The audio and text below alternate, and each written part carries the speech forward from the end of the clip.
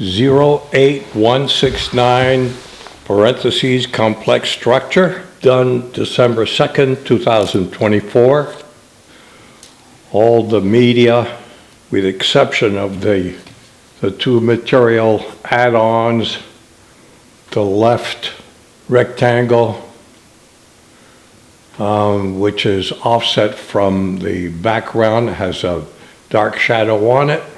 On the left, I'm going to take that off, but that needs to go on to the quote-unquote canvas, whatever canvas is used. And then you have the central 4x4 oil painting with some material on it. Two materials is 1/8" acrylic rectangular on top, and then on the bottom a smaller panel that I think is paper that's stacked on with a blue tape on the bottom. The rectangle on the top has blue tape on the right, the bottom one, the blue tape on the bottom. And these, I will give you dimensions for that in the file, but you can eyeball it. I have a QuickTime video that I made out of the Millimin software that is also in the file that can act as a guide. So a little bit over 8 feet by 8 feet. It spills to the left of the 8 feet with that little rectangular protrusion, and to the right with projection of the oil painting, light yellow with pink lines and the blobs of yellow, purple, red, black, light blue paint on the bottom of it.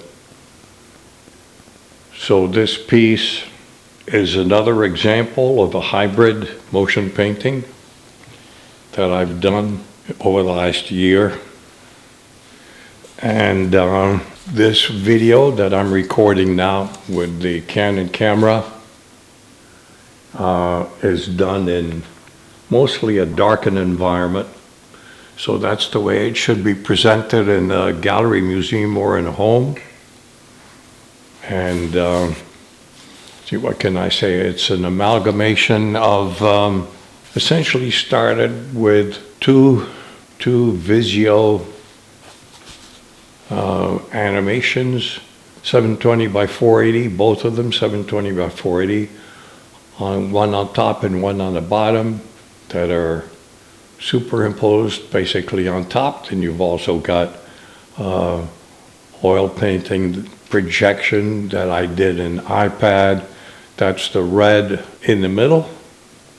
And then you've also got the small iPad painting that I've done on the right more recently, plus a riff on Tom Wesselman's wonderful work, lips and nipples, an animation I did in Flash many years ago, about probably 20 years ago. And then on the left of that, I have another iPad animation with brown lines. And so what works for me is, first of all, the long rectangular piece on the top left to 2/3 of the way down is glued to the canvas on the top, or taped to the canvas, in this case on the top. And then I have a piece of wood about 1 foot down that pulls it away from the background, and it means that the bottom, of course, is about 5-6 inches at an angle from the flat canvas surface, and it gives you black shadow, which I like. So that's important. It can't be flat on the canvas. It's got to be pulled away from it. Whereas the 4x4 Luan, the 1/4 inch Luan, with the two smaller panels on it and some oil paint, can be taped on to the wall or the canvas depending on what sort of background you've got. But whatever it is, it needs to be white so that the projection can look the way it should. The color should be the way it is. You look at it now. So it's, I did this in about 4 or 5 days. I mean, I put it together in about 4 or 5 days in a kind of an additive manner. I'm mindful of Hans Hofmann, who said, you know, art starts when construction ends. I've never felt that to be the case with me because, as I've mentioned in other places, my website, michelmoise.com, and on my Vimeo site, my work is, the long arc of my work really started when I did light boxes. So a kind of an additive process to me is natural. It seems to work well. A lot of my work doesn't make any sense until I begin to add stuff on it, whether it's Luan, cardboard, material, and it harks back to the way I used to do light boxes, which were much, much smaller, but with different panes of plexiglass offset one from the other, sometimes with background that moved, material that moved. I used to go down to Canal Street in New York City in Manhattan on 14th Street, and I would buy little motors and then tack them onto the light boxes and then work on various gizmos to have pieces move, change, rotate, and so on, with lights as well. So none of these things survive, and they've been long, long gone, but I guess the impetus for doing that in a way stays the same. So what can I say about that? Well, it's playful. It's playful in a kind of youthful way. It has, I think the last thing that I added was the Tom Wesselman riffed lips and the two breasts, little flash animation, which seems to pull everything together. Incidentally, to me, it's worth noting that unlike traditional painting, with few exceptions, my work changes over time. I call these motion paintings or hybrid motion paintings. They are meant to be seen in large format. In this case, it's probably 8.5 high by 9 or so wide. But they're meant to be seen as continuous paintings that you look at in a gallery or a museum. They're not to be understood in any sense as narrative developments. What they quote unquote say, if they say anything at all, is an experience that can be garnered from as soon as you look at it. There's no development whatsoever. In spite of the fact that they change much like, for example, leaves in a wind blow and change. It doesn't mean anything. It's just something that adds a certain life to the work, and perhaps that's why I'm using it. But anyway, I've been doing this for a long time, and the changes in it, I think, particularly relevant in terms of a contemporary palette that utilizes traditional means as well as digital media, software, computer software, etc. So I think it's worth noting that the change remains the same nonetheless. What happens also because of the changes in form, shape, color, is that the work can be seen in its totality over a period of time. So that's why I say that my motion paintings are aspects of now in duration. Everything is now. Everything happens now. And of course, that's true with everything you look at, not particularly my painting, but it's just to make a distinction between that and narrative development in film, where that's not the case, where in order to understand or appreciate what you're looking at, you need to pay attention to some sort of narrative development. In my case, in terms of these paintings, that's not at all the case. Because the colors change in certain specific areas, and the mind or the eyes looks at various aspects of the totality in duration. There is a constant enhancement of the significance of the color forms through the changes in shape and color. For example, the breasts change color. The change resonates with maybe you might, however the viewer perceives it, that's not my business really, but however the viewer perceives it with the light blue blob of paint on the right, or the black shadow on the left of that form, or some other parts of the whole. So I think that's an important and uniquely contemporary development in the work that I'm doing, which is only possible through a combination of oil and computer.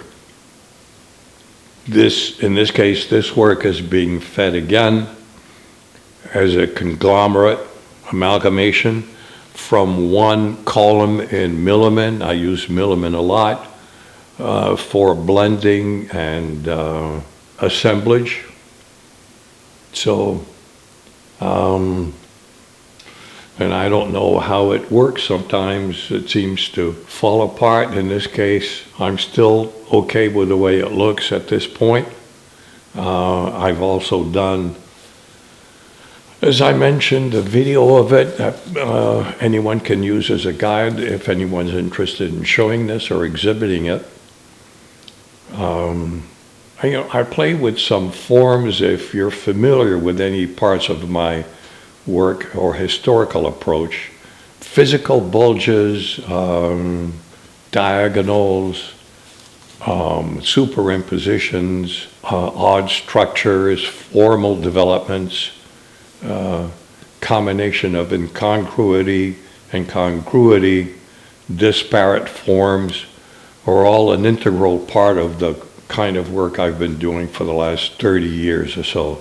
And as the work progresses, in totality, it's about maybe 8 minutes long, and then it loops back on itself because it's meant for continuous viewing. And as it loops back, there is a kind of a little glitch. And I'm not interested in smoothing this stuff out. I think life is, you could say, echoes how we live. It's full of little glitches, incongruities, lapses in one thing or another, emotional dissonance. And that, I think, is all in some way relevant to the experience that the viewer has looking at my work. But be that as it may, I think that's probably, like, circles, oblongs, all of that, like the one on the left, the brown, kind of a cigarette butt, could be seen in relationship to the breasts or to sex. Who knows where that could go? That's really not my business. I set the stage and you finish it. But there are, I think, kind of cartoonish elements in this. When I was young, I went through several influences. Paul Klee, Van Gogh, Cézanne, Philip Guston. Very, very big influence in my work. At the time that I saw it, I was amazed at those huge canvases post-abstract expressionist period that he had done, and I still love them. I think they're very personal for him. They're absolutely beautiful and awe-inspiring. I remember I was working in New York City in the film business at the time. I saw the show, I think it was at the Whitney on 75th Street, 76th Street. And it was a phenomenal experience, as close for me as I came to any kind of awe-inspiring, religious experience. Might not lead you in the correct realm or direction, but a very, very significant emotional experience for me. It's totally awe-inspiring. One of the odd things that happened is that about a week later, I thought, well, this is great. I had an apartment in New York. I just said, I think I'm going to go back and see the Guston. And I went a week later to see the same show that I had seen. And for some reason, that charge that I got the first time around wasn't there. So same paintings, different reaction from me looking at it. So it's very odd how value travels and settles on something. Very odd. The impermanence of value, or the shifts of value that you may at one time think that, Cézanne's work is great, then you look at it again and you thought, well, I'll stick with Giotto or whatever it happens to be. So it's very odd how that happens. It happens with not only looking at painting, obviously, but les goûts et les couleurs. So, okay, that's about it for this 08169 complex structures. I finished this today, December 2nd, 2024. Thanks for watching and listening.